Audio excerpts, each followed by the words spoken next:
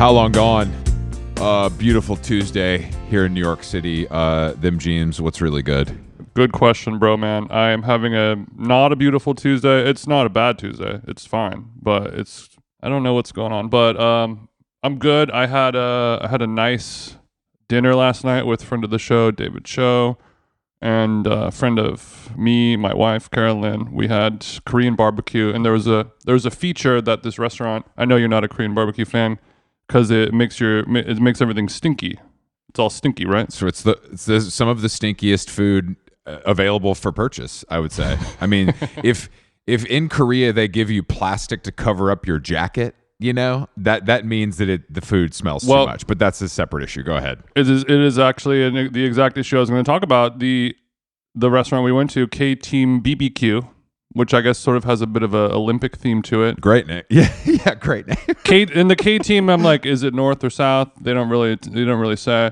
I know that the North competes in the Olympics still, which is fun and cool, but each chair that you sit in is sort of a receptacle, and inside you open the lid of your chair. Maybe you saw this in Korea, and then inside are plastic bags that you put your clothes, handbags, small animals, etc. inside to protect it from the pork blood that's mystified in the air, the pink mist. I'm putting my Birkin and little snickerdoodle under the plastic when the beef starts spraying. No, I'm putting Birkin and my Birkin in there. I named my dog Birkin. Of course.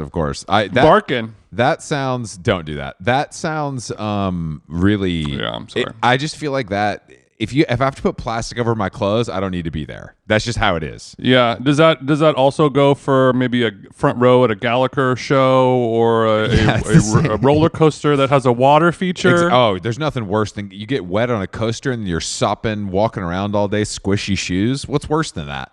It's the same thing. You leave. I mean, luckily after your Korean feast, I'm sure you just kind of, you didn't have a full day ahead of you, is all I'm saying, because it was the evening. So it feels like a victimless I think crime I may have mentioned it before at some point on the pod, but when my brother and I used to go to Knott's Berry Farm, our mom we loved the water feature ride. It was like a river rafting kind of thing, and we would go there first, knock it out 3-4 times, get splashed. Get splashed than a motherfucker, and then hey mom, just wait over there. We're running this thing back until we're kind of tired of it. So if you just want to get out your Kindle, that's fine. She knew. She had the Kindle out.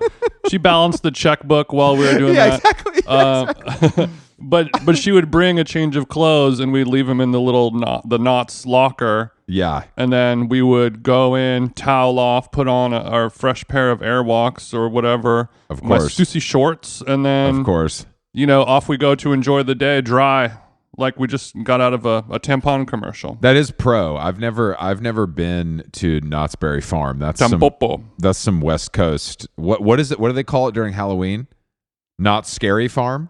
Yeah, Not Scary Farm. That's good. I mean, Knott's Berry Farm stuff. used to be quaint, sort of frontier themed. Yes, and now it's sort of like where people of Downey go to stab. Okay, so it's turned into it's not as quaint. It's not a pioneer town vibe where you ford the river. It's like a you get dysentery. It's not that anymore. It's now a place for the unsavory members of the Southern California population to go commit crimes. Is that what you're saying, or do you think it's just their date spot? It's a little bit of both.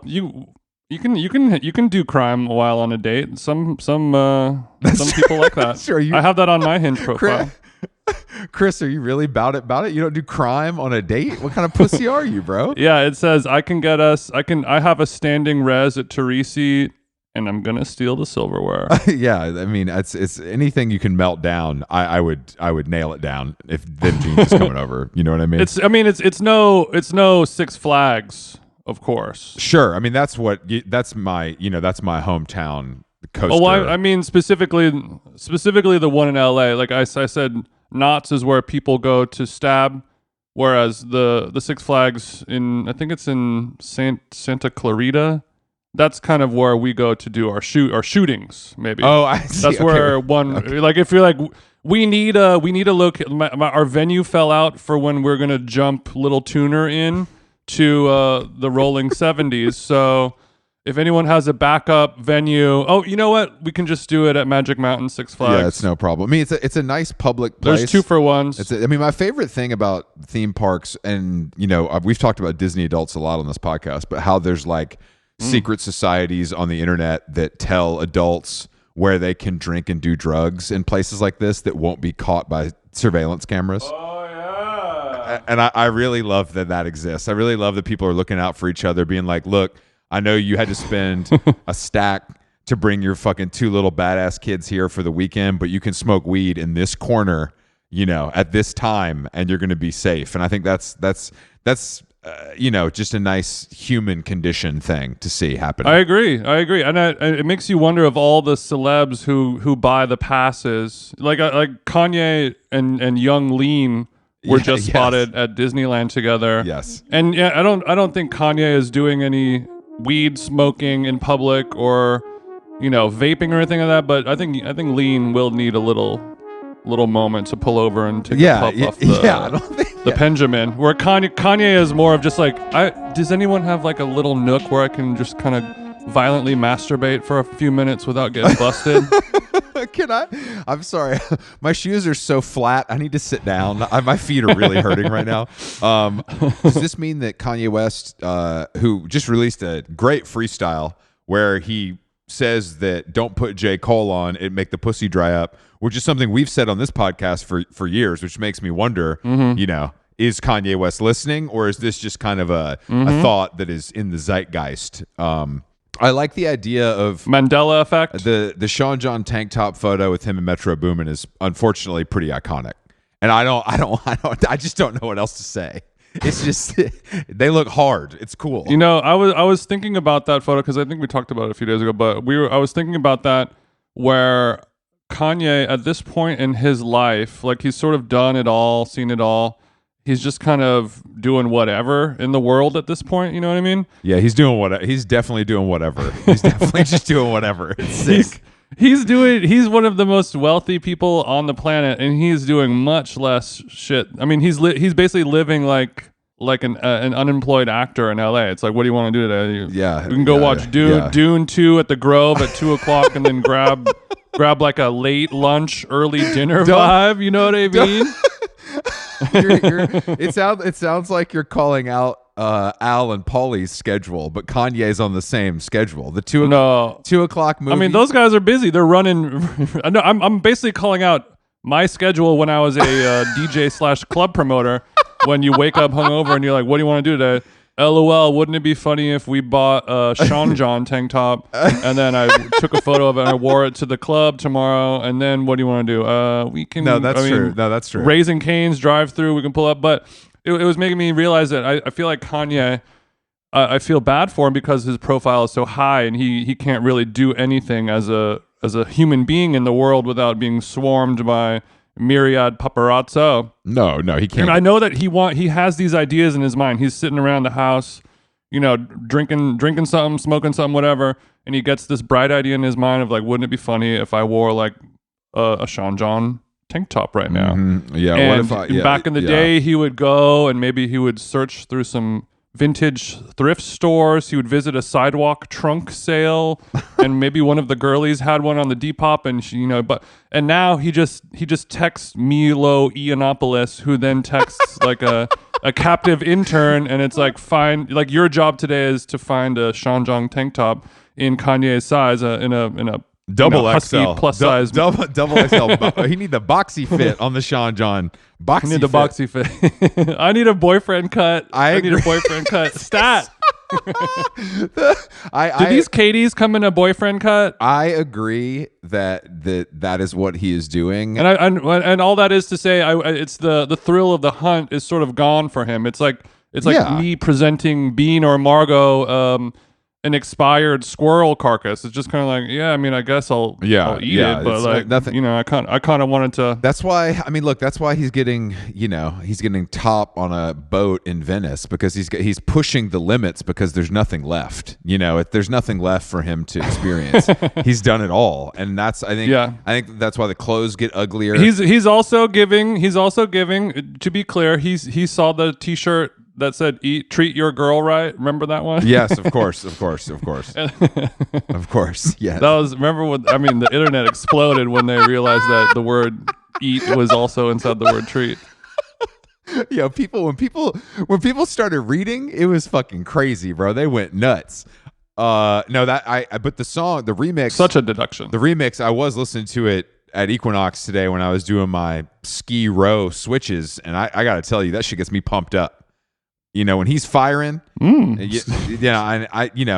still think Drake's the king for sending a marching band to fucking Magic City to make fun of Metro Boomin. That is legendary trolling. But actually, could I get some clarification on that? How is that offensive to Metro Boomin? I mean, I know that he uses, because in the song he says, Metro, shut your hoe ass up and go make some drums. Beep. So he's and then he posted all these clips of Drumline on his story. Okay. he's just having fun, bro. He's just having fun. He's having fun. I mean, it's one of those, like, if that was a stand-up bit, a friend of his would kind of pull him aside backstage and maybe throw him a few tags. Like, it's something there, but we're not quite there yet, Drake. But no one's gonna say no to the sixth god, because it's in context of a song with many jabs. You know what I mean? It's not the only one. You know. But that's part of it. I mean, it's the only one fired at Metro Boomin, but everybody can get the smoke. We do have a guest today. Phoebe Lovatt has a podcast called Deep Read, and she also has something called A Public Library, which is a great website with a lot of books on it. And you can click on them, and it gives you all the information on the book. It's actually pretty well made and easy to use. I feel like websites like this are usually really convoluted and over designed. But it's worth a scroll. Okay. Anyway, let's give her a jingle and have a chit chat. Lovely. We have Phoebe here, and right before I hit record, I was like, "Do you have any questions?" And you smiled and said, "Oh no, I'm a regular." And I mean, as in a regular listener, obviously not a regular guest. In fact, I'm quite intrigued why now is my moment for How Long Gone. I'm not going to lie. Because Jason, I haven't seen you for a minute, by the way. Hi. I haven't seen you in a minute as well. Nice to see you. I'm sorry that it's great. I'm sorry. Just walking the dogs. I'm sorry that Jason looks like... I'm sorry that I look like Kevin Federline right now. He just got done doing some yard work, but that's just kind of what's up. This is how I always envision you when I'm listening to the podcast. Is this... Well, I was out doing a walk, and I had a fleece jumper on. Yeah. And I just got so overheated, and I looked at the time, and I was a minute late, so I just ran in here, and here we are. Well, at least you've got your little wife beater on. Me too. We call it a partner respecter on the show. So let's. No, we don't. We're back. We're back to calling it. Oh, my God! Phoebe says it. I've already got myself cancelled within like 3 minutes. No, don't I shouldn't have said that. Sorry. Don't worry. We don't even call it that in England. I did. That was me doing like some cultural translation, because obviously I lived in America for a long time. So like it's quite fluent to me. But we call that a vest. But obviously in America, a vest is what we call a waistcoat. It's quite convoluted. Yeah, no, it's very complicated. I thought you guys just had a better word for beating, like a wife smacker or something like that, with a little more English twist flavor to it, you know?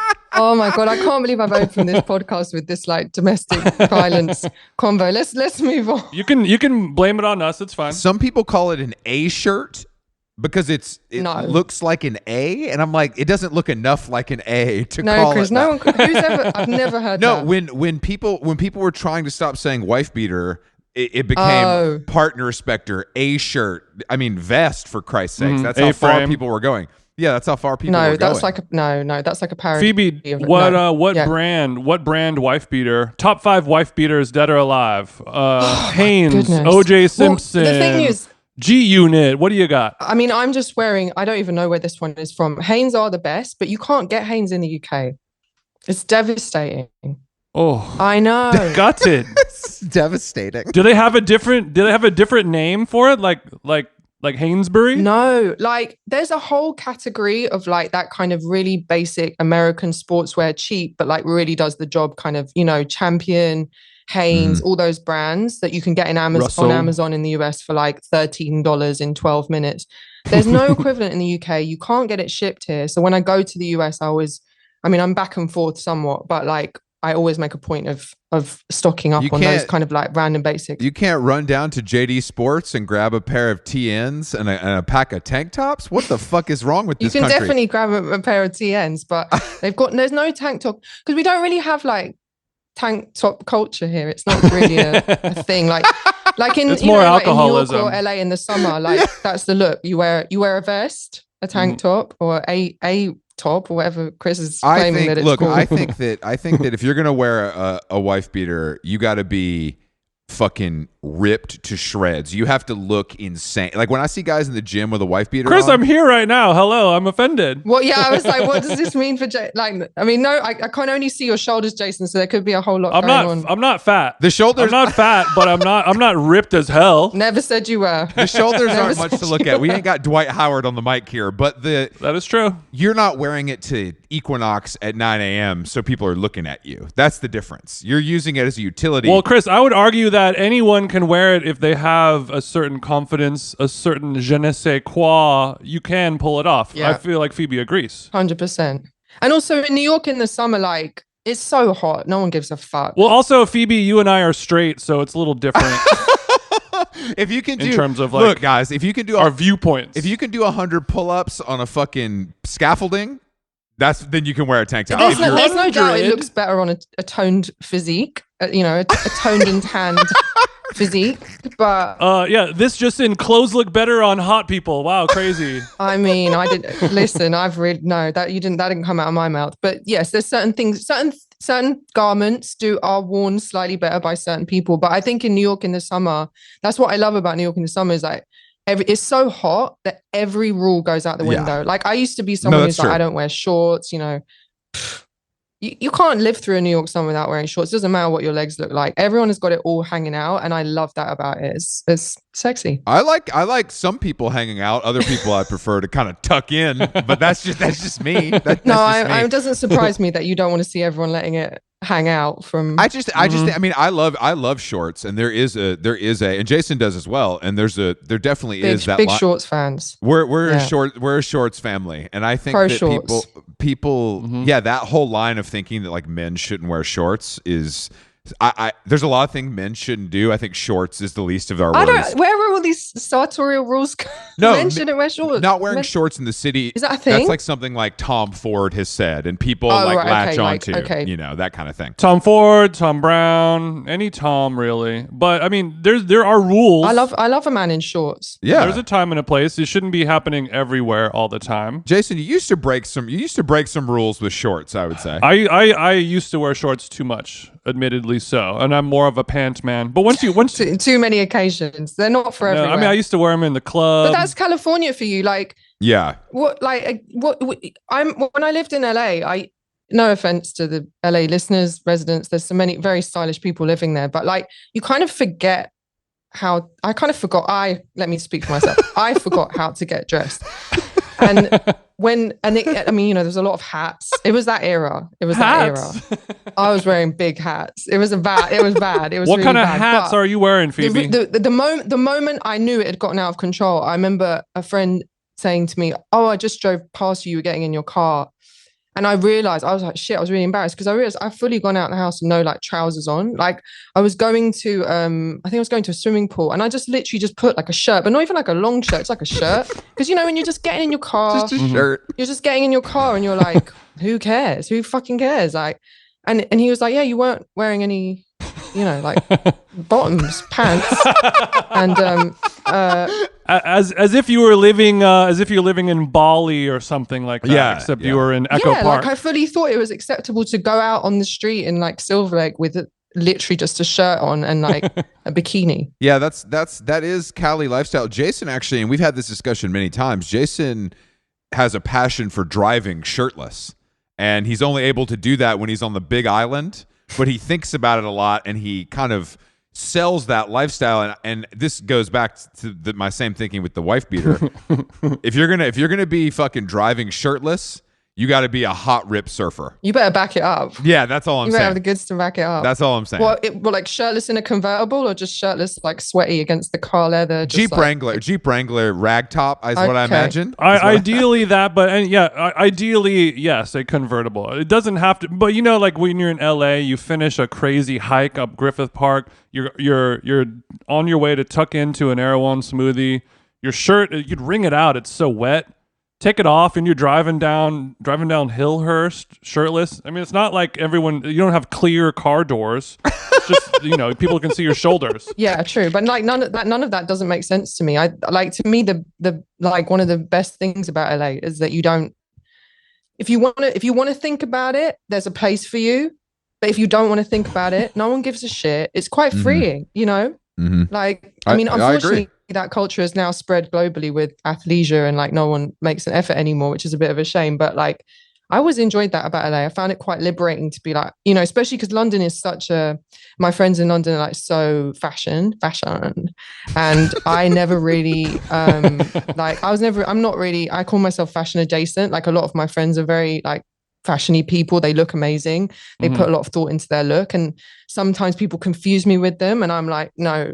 Like I like to look okay. Guys, stop it. No, stop. Don't confuse me with these fashion icons. Look at me. But to be in my defense, I did have a baby 7 weeks ago. So we have to let me off the hook here today. But you had a baby 7 weeks ago. You're wearing a wife beater. Jason had to walk his little dogs, and he's in a wife beater as well. So same thing. It's the same thing, right, Jason? Same level of responsibility. Same vibe. We got to a great look either way. Yeah, we look great. But yeah, so when I moved to LA, I just was like, it was kind of liberating to not have to feel like I had to put that much thought into it. Yeah, for sure. I mean, saved a bit of time in the day. Yeah, I mean, if you spend every day walking down the runway, it's nice to go backstage every once in a while. That's Los Angeles. 100%. I've listened to a few episodes of your podcast in preparation, and I feel like there is an underlying feeling that you have, which is that you want to move out of London. What do you think about that? Oh, fuck. Oh, shit. Does that come? Oh, that's bad. That's bad that you've listened to like. Why? You've probably speed listened to like maybe 1 or 2 episodes, and that's your key like takeaway. Shit, I really tried to hold it down, but clearly I'm not doing a very good job. Hold it down. Hold it down, hold it down, hold it down. That's not my key takeaway. That's just one of many cards in the deck that I plan to reveal throughout this conversation, Phoebe. But what have I been saying? Well, we're gonna get to that. But is it fair to say that you may, it sounds like you're yearning for New York, Los Angeles. You've even spoken about it a little bit on today's episode. Do you have a? Well, first of all, I will say I'm still a proud resident of the United States of America. God bless. Okay. So let's not get it twisted for the sake of immigration. The IRS is listening, so that's good. Yeah, exactly. But on a practical level, the thing is about me is that's been the story of my life. I just need to get over. Like everywhere I've ever lived, I'm always like, maybe I should go and live. I think that there's just people in the world who want to always want to know what's going on over there. And alas, I am one of them. So when I wasn't in London, of course, I was always like gagging to know what was happening in London, always wanting, I'd come back because I grew up in London. So I'd come back and I'd be like, London's the best city, the music's the best, the fashion's the best, the people are the best. And now I'm here and I'm like, LA was kind of great, even though the whole time I lived in LA, I was like, this is very first world problems, by the way. And I kind of vowed to myself I wouldn't talk about this because it makes me sound ridiculous. But I feel like I'm in a safe space. Well, this podcast is only about first world problems. That's welcome home, honey. Welcome home. Welcome home. Okay. Welcome home. And also a lot of the reason I enjoy this podcast, I do really enjoy it, by the way, is a lot of comparison of what's good about different cities and which one we might have a marginally better life experience living in, which is But are you one of those people who goes? Are you one of those people who goes somewhere like on holiday even, and you're like, I could live here. Fuck it, I could live here. Okay. No. Okay. I'm not delusional. I did briefly go to live in Mexico City. Okay. I know. Okay, that's delusional. But you are. I know. I didn't think you were that white, but I guess you are. You are a digital nomad. I would not. Please. Nomadic. Oh my goodness. Nomadico digitales. What did you do there? Were you just there to get some fresh tortillas, or did you stay for a while? Well, okay, so I will say that, like, I'm not going to say I was an early adopter of Mexico City because. Oh, here we go. Yeah, no, I understand. We have a conquistador on our hands. Let's go. Well, I first discovered it in the 1600s. Well, that's part of the reason I didn't stay, because it didn't take me long to realize, like, I am, it's very easy for me to be disparaging of all, like, I was living with a Mexican friend, and I kind of for a while was deluding myself that I was like somehow different to all the English speaking people I'd hear on the streets everywhere I went. Then I realized I wasn't. I'm not like the other gringos. I get it. I was part of the problem. So I left, but I stayed there for like 7 or 8 months.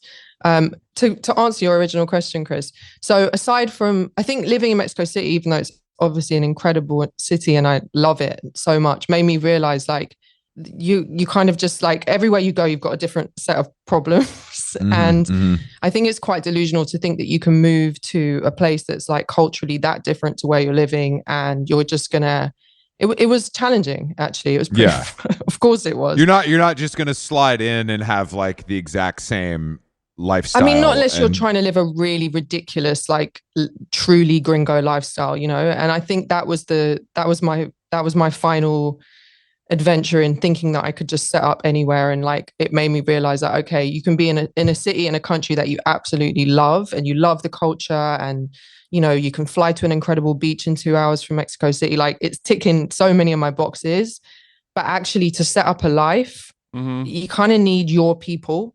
And like, that's really what's going to dictate. Yeah. And that made me realize quite quickly, okay, there's beautiful countries in the world that of course I'd love to visit on holiday, but I know now from that experience, I actually don't want to live in them. And that's been good for me. It's ruled a few places out because as you can tell, like I've done a bit of experimenting, a bit of jumping around in my life.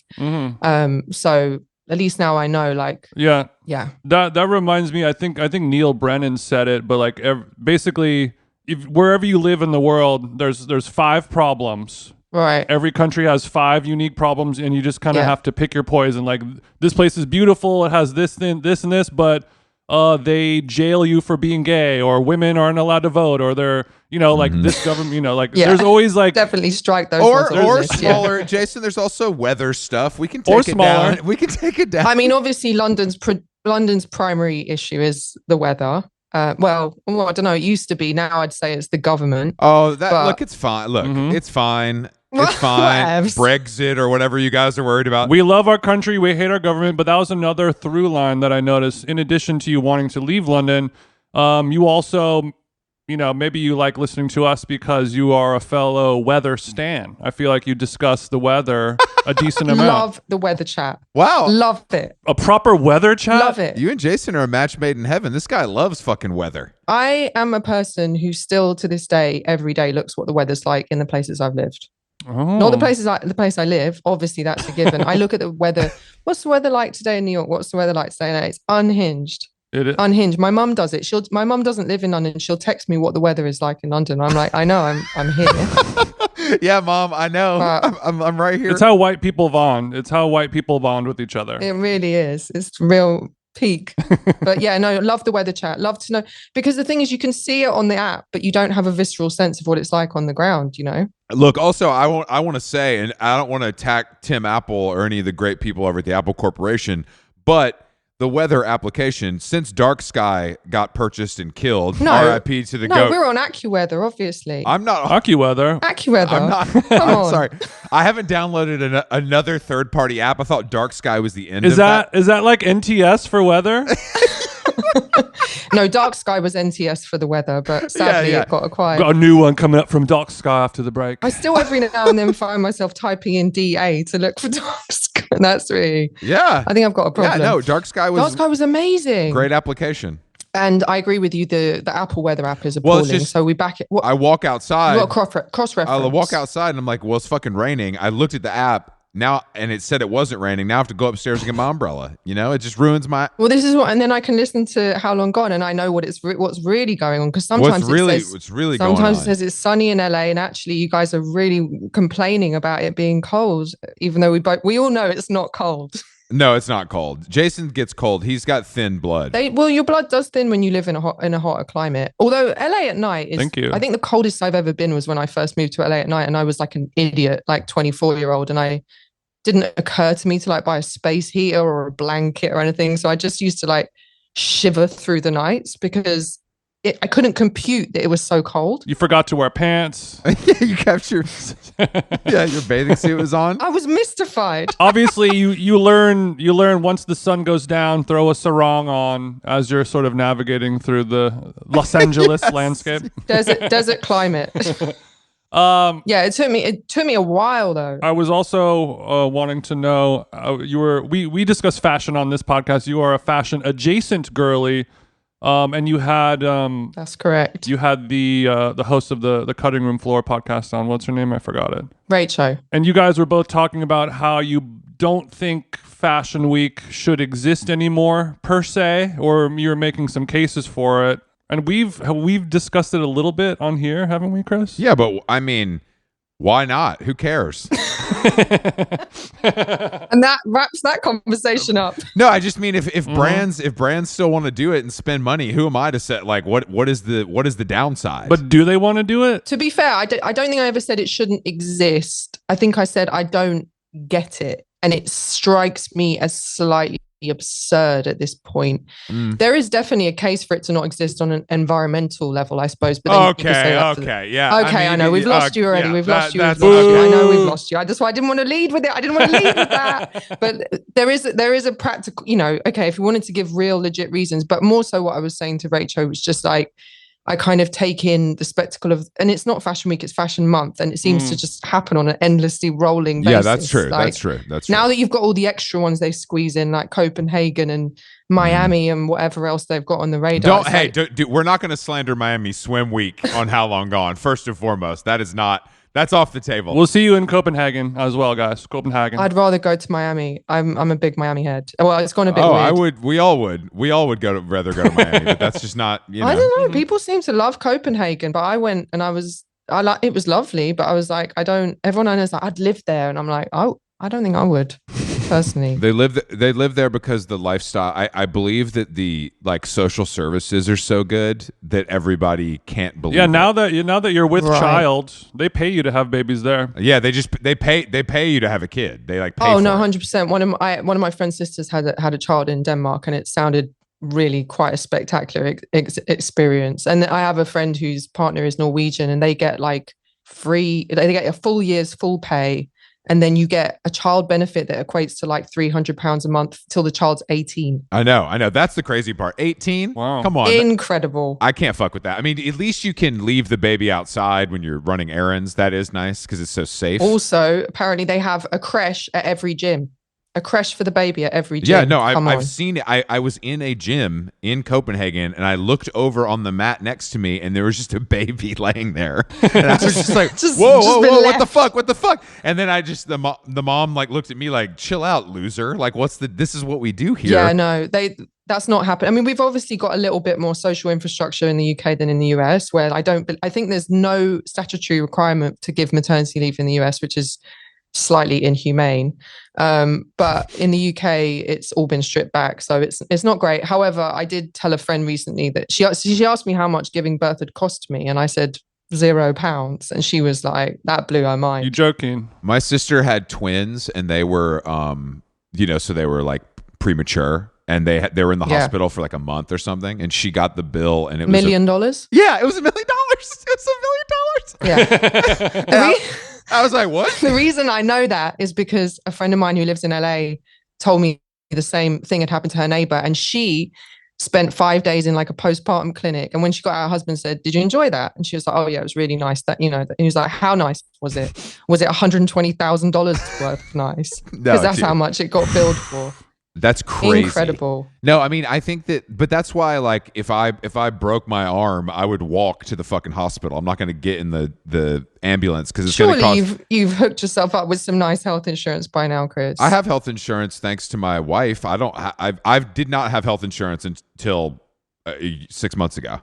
Wow. I mean, I know it's stupid. I know it's like irresponsible and dumb. I just like refuse. I just couldn't get with the principle of it. I couldn't get myself over the hump. Well, it's wild. Like the you have to pay like what, like $1,000 a month for like the basic bitch. Yeah, the $1,000 a month will like you're still gonna die if something happens. You know what I mean? It's like it's not, You might just not die on the side of the street. Exactly. Exactly. You're still gonna die, but All this insurance on me, I'm still gonna die, baby.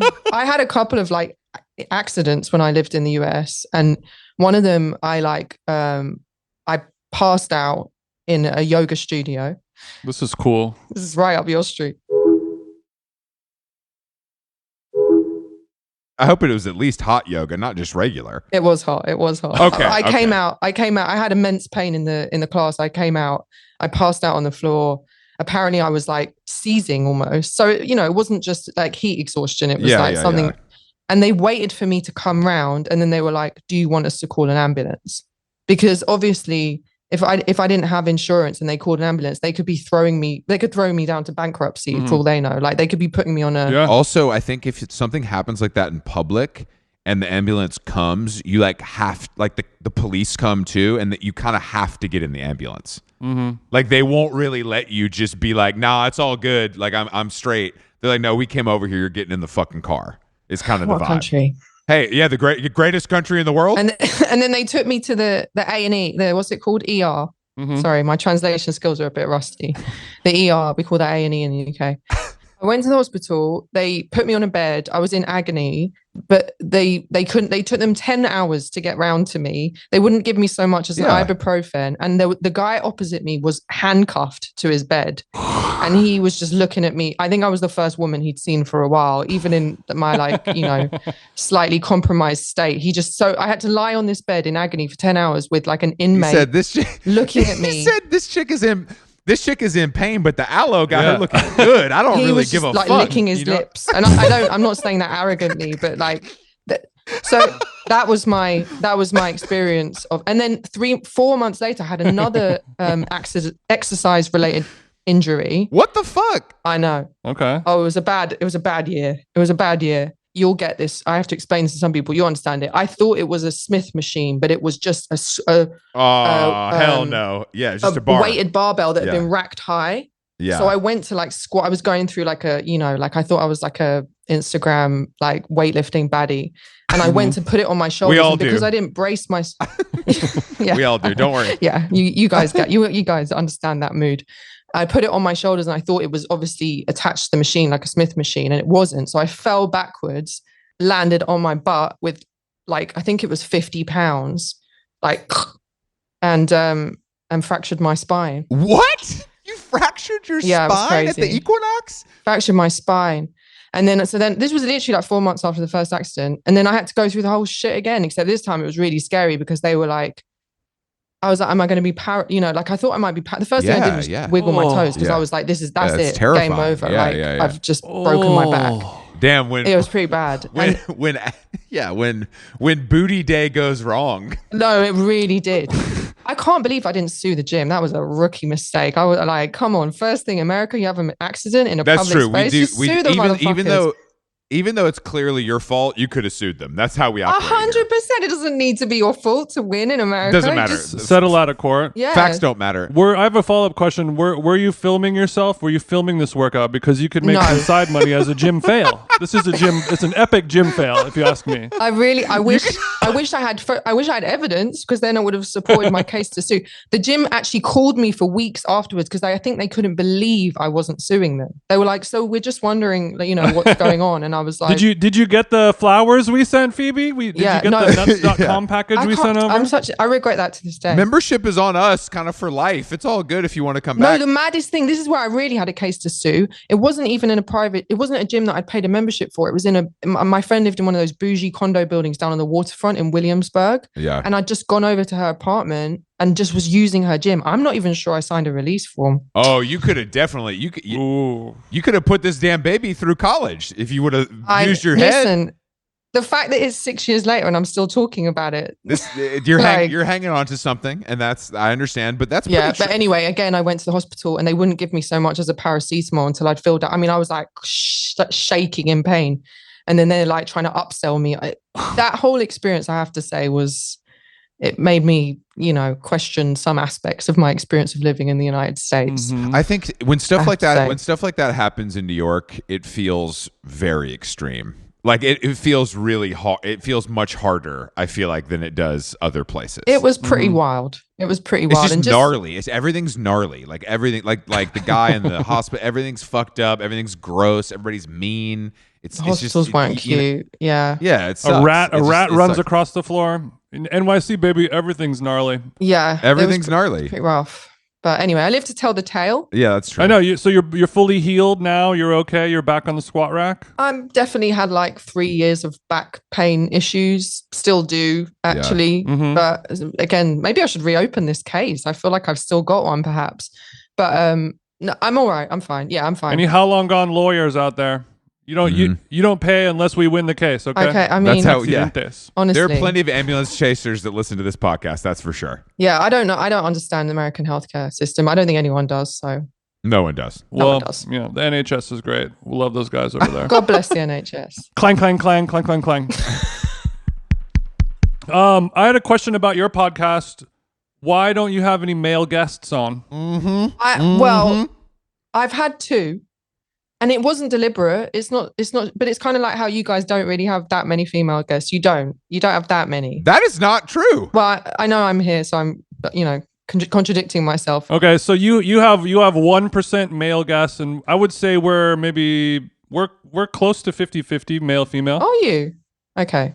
Yeah. Honestly, probably. It might not feel like that because we talk so much, but the reality is that yes, we do have several female guests. As well as non-binary. It's just because my podcast compared to yours is still somewhat in its infancy, and I just know loads of cool, interesting, smart women, and I don't know as many cool. Okay, so it's not by design. Wow, it's not by design. Okay, I just came out and said it. So you don't know you don't know any fellas that you want to chat to? That's pretty telling about you more than the male sex. Yeah. No, I mean I know some cool men, but maybe not. I don't know. I am conscious of this, by the way. I am conscious of the fact that I don't have hardly any men on it. I had 2 very different men, and then I sort of just gave up, and I was like, hold on, were they straight? I don't know. Couldn't possibly comment. Didn't ask. It's not my opening question. Don't know. I would assume they're both we ask everybody straight, up front. But, in this day and age, it's they're probably bi. They're probably bi. Speculating on another person's sexuality is really fun. You're not going to catch me out here again. That's fun. That's what we do all the time. No, I know, but you guys don't care. I still care. Well, when we like to give a voice to a lot of male queer people. So yeah, we're happy to sort of wear that on our sleeve, whereas you might be a little more hesitant because yeah, exactly. I don't know what you're afraid of, but I want you to come out. Yeah, the demographics of my podcast they're not balanced enough. I would acknowledge that, but again, you guys, how many you've done? Like 1 million episodes now. No, we've done a lot, but no, I don't think it's bad. I don't think it's bad at all. It's no big deal, but I think the question is more like, was that on is that what the show is? It wasn't intended to be, but I do recognize now that it has ended. It's sort of skewed that way. I think it's kind of smart, honestly. I mean, I don't think like that's that common. Yeah. Like I said, again, I just know a lot of really like cool, interesting women who I think do interesting things and have interesting things to say. Or if I don't know them personally, they're sort of like in my extended network. And, it's just easier to, not that I choose my guests based on ease of access, but when you're starting a podcast, obviously you start with like, yeah, definitely, the people in the immediate network around you. And I would say the immediate network around me is pretty solid, good quality. So yeah, that's where I've started. And then you eventually work your way down to the men and stuff like that. Eventually you'll get to the gutter where we reside. Bottom of the barrel. Do you get a lot of like Apple podcast comments of people saying, where the fellas at? This is bullshit. You only have women guests on this podcast. Some bullshit. Does stuff like that happen? How many times a week does that happen? I don't think I've like hit the metrics where I have like that many people like ready to hate on You're me and you're lucky. criticize me. Like You're you lucky. guys. You're lucky. Yeah, you're lucky. Do you care though? I mean, do you have haters? Yeah, of You don't course. care. That's all we have. That's all we have. No, that's not true. Yeah. That's No, not true. it's not. Yeah. It's No, you've got fans. yeah. I mean, I think we have people that listen. I don't know if I would call them fans. I think that's two separate things. You know what I mean? Well, they're like hate listening. Yeah, for sure. Or just like they. I think everybody listens to what they listen to for different reasons. Like I only listen to like one or two podcasts. One is because it's about Hollywood and I feel like I'm learning something. And one is Joe Budden because it's dumb. Right. And I laugh. Mhm. Like So you don't I don't hate think listen of, to any podcasts. No, but I also don't think of myself as like a fan of those shows. I think of myself as a Right. listener. I feel like Right, the right, word right. I feel like the wording kind of matters in that way, but maybe I'm wrong. Maybe it's the same thing. What about you, Jason? Are you like lurking on some like podcasters you hate? No, I can't. I mean, I'll hate listen to the Daily every once in a while, stuff like that. But no, I mean, not really. Like I immediately get a podcast ick if I'm listening to someone having a conversation or it's just like so clearly awful. I will just turn it off. Never go back again. And the amount of podcasts that don't give me ick is very low. Which is what makes you start your own. Oh yeah, no, and like so many like nasal male hosts, right? Whoa, Like, what is that? whoa, that's literally me. No, I don't.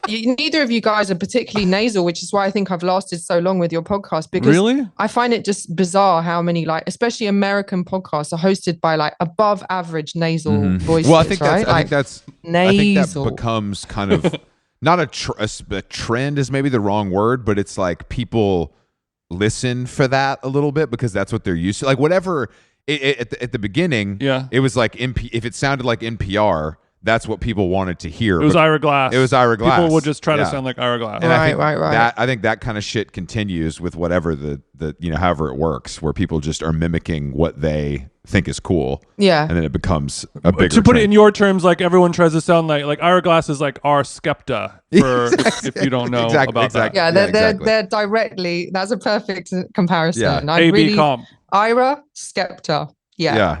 It kind of 100% in the same cultural category. The Linka, best of both worlds. it kind of rhymes too. Give me a beat, Phoebe. Come on, give me a beat. No, I mean, I don't even know what you're talking about with that. Like, I can't even follow it. I don't know how to. This is follow just it a up, brainstorm sesh, man. We're just in the booth vibing. That's all. What does that even mean? Ira and There's Skepta. nothing to follow.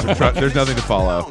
There's nothing to follow. But to your point about hate listening, I don't think you can really hate listen to more than maybe one episode of a podcast because it's you can hate lurk someone's Instagram page or whatever. Not that I stoop so low. Oh, of you've never course. done that. No, I know that. I know that Never. about you. I know Never, that about never, you. never. But at a certain point, who's the joke on? Yeah, exactly. Oh yeah, like who's the loser who's sitting there in the dark, like looking at a stranger's Instagram page?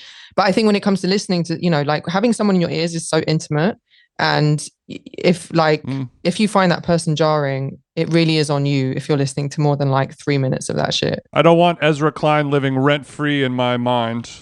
He's quite a good interviewer, though. No, Nah. I don't know. Never listened to him. I mean, I don't listen to all shit those like that. all those guys are just boring. It's not like they're not good at it. It's like they're quite Right. technically sound, and I don't mean technically from like a audio perspective. Technical from like, and I've done my research. I have these yeah, thought out questions. It's just not fun to listen to, and I just don't. dull. But that's what. dull as dishwater. But that's exactly. But that's what I'm saying. But they worked very hard on this episode. Yeah, it's like highly team. produced, highly researched, but it's like so dull to listen to. But this is what I'm saying. This is the whole. This is what I forgot to add the seasoning. a lot of people listen to podcasts because they're trying to like optimize their time and they want to get like smarter, quote unquote. And I think that's one of the biggest genres of podcasting is like whether it's biohacking. I listened to TED Talks at 1.5x. Yeah. I'll have phases where I just discovered and discover Huberman, like it's the biggest podcast, but like I found it and I like listened to it for like 3 weeks. And then I was like, I don't care.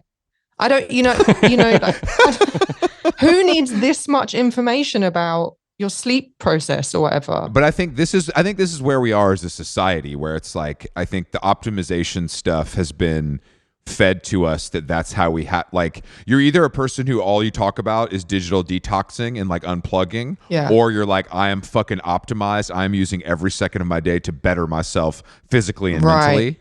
And there's podcasts for all of that stuff, you know? I think if you're going to listen to an optimization podcast, it needs to be less than 15 minutes. Like, I'm down for like a quick hit of information, but I want it to be concise. 3 hours of like diatribe on something is way too much for me. I agree. And that's why I think, not to like plug my podcast, but I try and like bridge the gap between, I want some information in there, I'm trying to give a bit of cultural information, but really I'm just trying to have a chat with people. And I think at this point in podcasting, given the fact there's like millions out there, it's actually astounding for me anyway, and it sounds like for you guys as well, how few I actually enjoy listening to.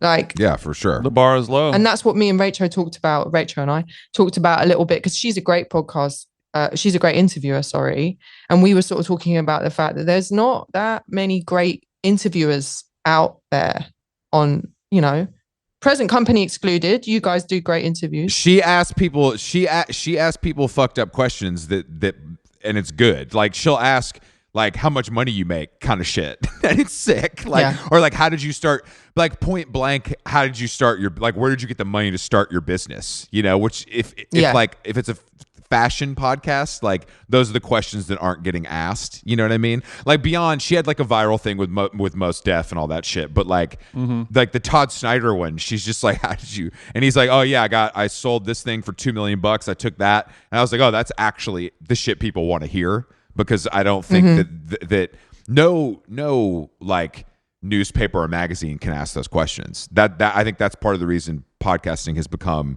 so popular, is because it's so much more conversational, and you get more out of people because they're not in their heads in the same way they are if they're sitting down with a reporter from the New York Times, the Wall Street Journal, or the Financial Times. It's a different, it's like a different way of talking. Yeah, it's a different way of talking. Absolutely. And you could quickly tell if this person is a bozo or not when you're listening to them speak versus pre-planned questions and written answers and things like that. Yeah. I mean, that's the only issue with the podcast. Like, you can skim read an article to see if there's any gems in it, but you can't skim listen to a podcast to get the headlines. So you either have to like commit, or you have to accept that you might miss the like gems of knowledge that are hidden in that podcast. We talk about that all the time. That's what's so crazy. It's like the commitment is so much. Like, I can read a story, even a long story, Jason, like that reservation story in the New Yorker, I can read that in 15, 20 minutes, you know, and like read it. Like, I you know, get everything. Where the podcast, I mean, you got to listen for an hour, but often more, because people like to make long podcasts, but like, you have to listen for a long time, you know, and it is a big commitment. But I think that's why people do it while they're doing other things, so it doesn't feel like as big of a commitment. But again, this is why I don't understand why you'd want to listen to 3 hours on a podcast full of scientific information that you could find the headlines on in like 1 minute of Googling it. Because he's hot. He's hot. He has tattoos. And he has a good voice. He's tatted up. No, because it's I've talked about it before in the podcast where, you know, like we don't, now that we have you know, porn and Instagram and all these things, like we're sort of okay with the substitute version of the real thing, and we are okay with feeling smart by hearing a smart guy talk about smart things in big words for 3 hours. We feel as if we've become smarter through osmosis just by listening to smart people say big words for an extended period of time. Absolutely. Our culture is becoming... that sort of satisfies the brain. Yeah, we're like very intellectually passive, like, people now. I don't think there's not much sort of like excavation and research going on. It's just whatever the algorithm throws at you, or whatever gets fed into your ears, or, you know, there's a million variations on it. But I think that like the number of people who actually go on the hunt for sort of personally sourced information, or they try and hunt down stuff from a variety of sources, is like very small now. So you're like, well, okay, if Huberman says it, it must be accurate. Fine. Next, you know. Good enough for me. 100%. That's my expert. The critical thinking has gone out the window. Let's just say something unoriginal, but it's true. We need more excavators. Excavator. Phoebe, what on the last episode of your podcast, you had a guest on, and you were discussing something that I wasn't exactly sure what it meant. Cyberfeminism. Yeah, you and me, but I mean, not that she didn't explain it beautifully. You're like, I ain't never heard of that shit neither when she brought it up. I ain't never heard of that. I'm a feminist, and I've cybered, but I don't think it means those things. Have you ever felt in over your head? I feel like you haven't because you don't operate from that place. But like women have imposter syndrome, so it's much easier for them to feel in over their heads. Do you ever feel in over your head with this Men podcast? also have imposter syndromes, and men can also be guests on podcasts just for a future. Right, but like, have you ever done an interview for this podcast where you've been like, shit? Because what my point being when I spoke to Mindy, absolutely. I was like, this woman is much smarter than me, and I don't know if I can like fully keep up. Like she like lectures at Yale, and but also it's our jobs as people who are not Yale lecturers to sort of, we can still impress them by taking their information and spitting it back to them in a more distilled way that's easier to 100% absorb by a mass audience, and they need you as much as you need them, and as long as you're not just overwhelmed like I'm a fucking idiot, then nobody wants to hear that. But very smart scientific people like that are also losers and dorks, and you can make them feel inferior in your own way. But yeah, I'm sure she's fat. I hear your point, and I think that I was thinking about that just today actually. Like, I think given that so many people intake information passively now, I've noticed with the work that I do that there is actually there's a craving for people who they know that they are like they're having a very like superficial media diet or information diet. It doesn't feel good. Even if you're not like a super intellect, you don't want your brain to like be running on like, the intellectual equivalent of junk food. But then there's a big like barrier to entry to sort of any sort of highbrow intellectual circles or whatever. And there's a bigger role, I think, now for people who exist in the middle where they can, as you say, sort of like synthesize super smart people's information and feed it to people who maybe don't have as much time to like read or research whatever it is.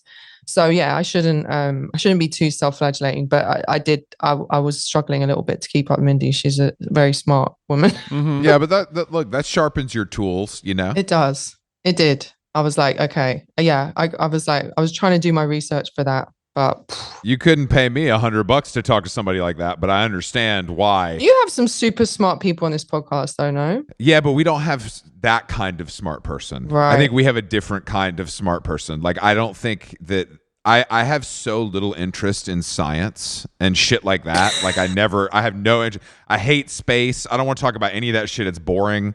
And okay, even like health, like no Huberman for you. I find that stuff just like mind numbing. Like, I have a personal trainer. If I want to hire a nutritionist, I'll hire a nutritionist. Right. Like, I'm not going to listen to some guy talk. I feel like some of that stuff needs to be specific to the person. Yeah. You know what I mean? Yeah. Like, it can't all be like super general. Yeah. And I just have no interest in stuff like that. I don't really. I see why it grips people because everyone wants to improve, but I want to improve, but don't get me wrong. I need to improve in several areas. Jason lets me know all the time. Seem like someone who's on a self-improvement mission. But what about the sort of intellectual, like cultural equivalent of that kind of information? Like, are you trying to listen to people, or do you want to learn more about literature or art that you may not be up on? Or but not so much. Well, no, I mean, I just think that that's what reading is for. I've seen enough art. Jason's shaking his head. He's like, no, you're good. I've seen it all. I think there's some. I just like. I think that reading is good on art for the rest of your lives. People just really don't like to read. It's like running. Like, people just really hate it. They'll do anything to not run to get cardio and read. Shit, like, there goes my career. A lot of us suffer from attention deficit disorders, you guys, and it's getting worse every year. Hopefully TikTok is banned and that'll help a little bit, but it's very easy to do something other than sitting down and quietly reading a book. Of course, I'm not saying I'm even that good at it. Like, I do my best, but like I've gotten progressively worse as the distractions have gotten progressively stronger. Yeah. But I just mean there's certain topics like I can't imagine learning about art from anything but a book or a person. Right. Do you know what I mean? Do you know what I mean? Like, that's just I can't imagine that. What about a person on TikTok?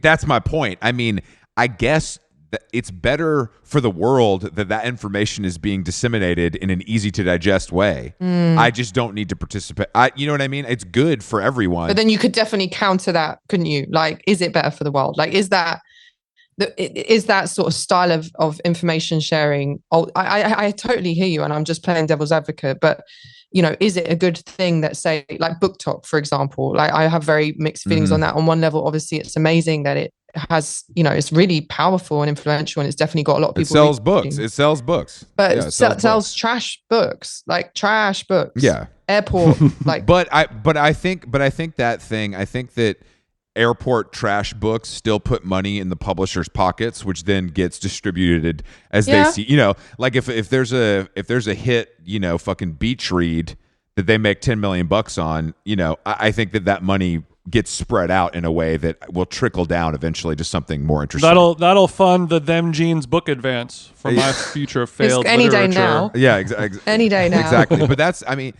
publishing's a whole nother thing because no books sell, and it's like kind of widely known that no books sell unless you're in Reese Witherspoon's book club or Kaya Gerber's book club. You know, it ain't gonna move. Right. But like, unless you have a podcast or a pre-existing network of customers who will buy your book sight unseen. The idea of writing like a hit novel as like a first time or whatever, and like that's just, it's hit. It doesn't mean sales or money. It only means critical response. Yeah. Which is cool, but like I need some money. I you know what I mean? Like writing a book is hard. Fuck, absolutely, really, definitely, extremely hard. Like maybe the hardest thing you can do. Well, I wouldn't go that far, Chris. No, I mean as a creative pursuit. Yeah, that's what I mean. It's definitely I mean. Okay. Child shitting out a book or shitting on a kid. What's harder? Yeah. Oh, I don't know. Giving birth is this is not that podcast. I'll save it for Huberman. Birthing a book or birthing a child, I should say. Yeah. I think the thing about writing that's weird is that it's the only creative art form where most people who do it seem to fucking hate it, you know, or find it extremely tortured. Like you don't hear musicians saying how much they hate being in the studio, or you know, fine artists saying how much they hate painting. Like, no, they love it. They're in the zone. Yeah, whereas true. every single writer, you know, myself included, is like, oh, the worst. They love to complain about it. But I think it's also because it doesn't feel like a trend per se, but it's like widely accepted that that's how everyone feels. So I think that everyone feels more comfortable expressing that. Whereas maybe an artist, it's so curious though, don't you? Like, why? I agree, I say this as someone who, why is that? Like, why is it just that writers are like extra moany people? I don't know. I mean, for me, it's because writers use Twitter more. That's what it really comes down to, I think. But don't you think writers have, maybe they haven't been complaining about writing since the beginning of time, but definitely predated social media, like writers writing books about how hard it is to write and how you can. Writing's so hard. Here's a book about how to do it if you really want, like as if anyone's forcing you to write. Like for me, my personal conclusion I drew, even though I do still write a bit, I used to write a lot, and I was like, maybe this is like not for me. Maybe not as my primary thing. I kind of got sick of myself finding it so like arduous, because it's clearly not like to sit in a room with your little laptop like tapping away. It's not. You know, you're not cleaning toilets. So I kind of was like, well, I'm annoying myself. I'm going to step back from it a little bit. Have you ever tried to alter your mind with a substance to make writing more fun, interesting, or enjoyable? Not enough. Like I've like briefly, you know, I've had a couple of times I've written while I'm stoned, but I'm not a big weed person, or I haven't maybe found the right strain. Like that's what people always say to me. People smoke a lot. You just haven't found the right strain. Okay. Well. Wow. Imagine if I invent a weed and name it. Damn. Jason, I think after this podcast wraps up, can you trademark a weed strain? I hope. I don't know. I hope no one from Cookies is listening. Chris is on it already. I'm gonna bleep it when I put it out, when I edit this episode tomorrow. You actually? But I have been talking to some people in the marijuana space. I think it's a fun idea. I mean, honestly, if you could like nail the like strain, I don't know anything about weed really, but if you could nail the strain of weed that really like helps a writer get in the zone, because in answer to your question, I have tried to write stone, and like I don't know, it definitely helps with the attention. You can focus a little more. The quality for me personally mixed, but again, I didn't try many times. You guys should try cocaine. You should go try cocaine because it makes you talk so much that it feels like words would just fall out of you. And they're really high quality words, aren't they? Yeah. The words are not great. I found that like the first time, like I started a Substack recently, and I started it initially a few years ago when I took mushrooms and wrote a review of the Travis Scott cheeseburger at McDonald's. And oh yeah, of course, your Substack. I'm somehow on the mailing list. I don't know how I signed up for it, but I love that data capture.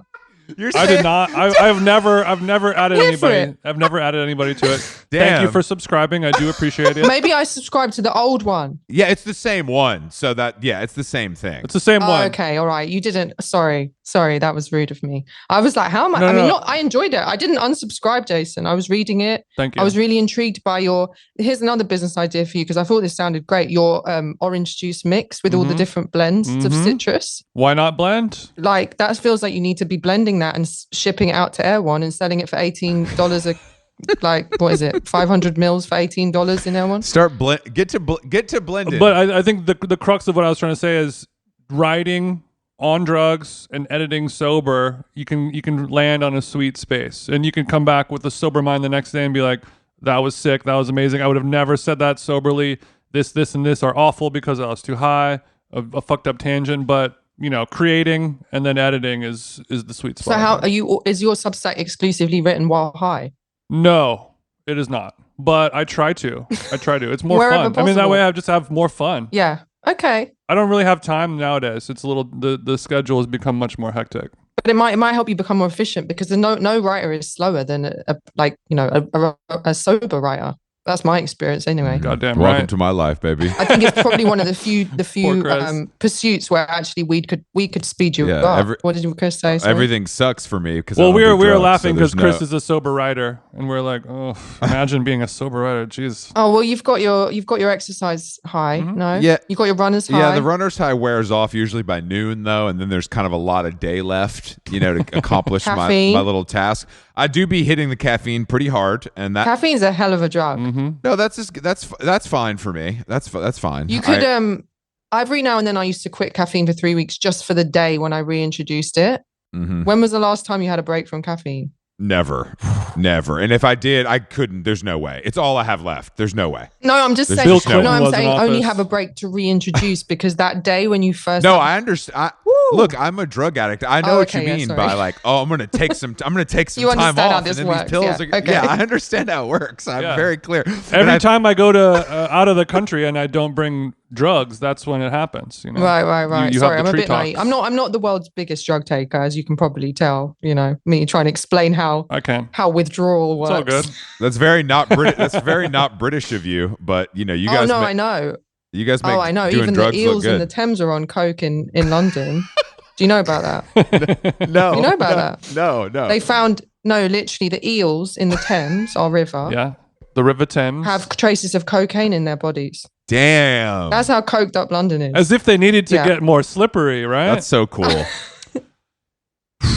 They're just wilding out in there. But yeah, no, I'm definitely an anomaly that I haven't had a pretty severe cocaine problem at some point in my life. You don't really strike me as like I'm going down. You are the one. I'm going down to the pub type chick, even in your heyday. Oh, I love that you've read that correctly about me. I'm not a pub girl, and I think it's one of the reasons I struggle to. Well, yeah, I need to tone it down. I love London; it's an amazing city, but no, it is. It's my hometown. I'm very proud of it. It's incredible. The music scene is phenomenal, etc. But I think one of the reasons I've never really got on with it culturally is because I don't like the pub. I think that's You joking? a real thing. I think that's very real. The fuck's wrong with you? It's an issue. It's an issue because it's really like I respect the pub as a concept. As a third, I respect the pub as a third space. The third space, a public house. Okay, I don't know if you know, guys, but a pub is short for a public house. Actual public house. No, I was I love All the are idea that there's welcome. this like accessible communal place that isn't too expensive and everyone can go and blah blah blah. But for me, no. No, I'm with you. No. Okay, where is your third space? A matcha shop? The library, of course. Oh wow. No, it's not. I mean, not social. No, socially, I've struggled with that a little bit in London, I have to say, because I think it's less of a bar-y city than New York. I think in New York, there's so many like great bars where you can just go and like have a quick drink, and they're open till really late. Not to mention all the insane amount of restaurants. So in London, I'm not quite. Where do we go? I'm still. You're not queuing up. You're not queuing up to have a roast at the Devonshire. Come on. I don't understand. I thought that's what everybody did. I mean, it kind of is what people are doing here, I guess. I guess that's what people are doing. but Have a pud at the Stratford Arms. Yeah, that sounds. if you're going to go and get a roast, probably that's a good place to go because there's so many mediocre roasts in London. Maybe that's a future Substack for you, Jason, if you come back here. But like the roast is, I'll be there in June. they cost £27 or upwards, which is like what, $35, and they're usually quite shit, in my opinion. Bit shit. Well, to be Bit fair, shit. roast as a concept is a bit shit. So I don't really think that. That's all we've got, Chris. that's all we. Cocaine and roasts. I don't like. I'm all set. I'm all set. No, I a mean, roast- I don't eat meat, so a roast ain't for me. But I just don't. I actually had a nut roast on Sunday. I'm all good. I ain't doing Bit that. That's like gluten-free. non-alcohol. That's A nut. yeah. A nut roast. A nut loaf. Is that what it's called? A nut? No, probably. Nut roast? Nut loaf. What's that thing called? Like nuts. It's like nuts. It's very like weird when a you really- honey roasted peanut. Yeah. You mean like it's a vegan or a vegetarian Nut loaf, not loaf roast. made out of nuts Sorry, and other things? I'm Okay. quite sleep deprived at the moment, so forgive me. I should have It's said all that at good. the top of It's the all good. conversation. I'm mixing up my words recently. Nut loaf roast. A cheeky bit of vegan gravy. Yeah, it was. I'm not even. No vegan, one wants but that. No one wants. No, cheeky I'm not even vegan gravy. as well. Like I really played myself. My boyfriend got a lamb shank. That was a much better move. Much Hey, better. babe, can I have a bite? Oh, that was literally me. That was literally me. He went for the lamb and clam surf and turf. He did Smart the move. lamb, which was a Classic British way dish. better move. And then I was just over there with my gloopy nut loaf roast. Yeah. Gloopy nut. On that note, Phoebe, thanks for joining us on How Long Gone. Thanks so much for having me, guys. It's a pleasure. It's good to see behind the scenes. Yeah, I've learned a lot about cyberfeminism. Thanks to you. Mhm. You have to speak to Mindy for that. But yeah, thanks for having me, guys. I will. Enjoy it. I hope the weather's nice wherever you are today. You can listen to Deep Read wherever you listen to podcasts, and the public-library.online is the website. Thanks, Chris. Go click and surf. Of course, my pleasure. That's a cool URL. It's a very cool URL. And congrats on the baby. Yeah, congrats. Thank you. Congrats on the baby. Yeah. Thank you. Congrats on the baby. All right. Have a Don't good day. sound so excited. All right. Bye, You want guys. to give a shout out to your baby? Bye, guys. Bye. We'll see you later. Like us.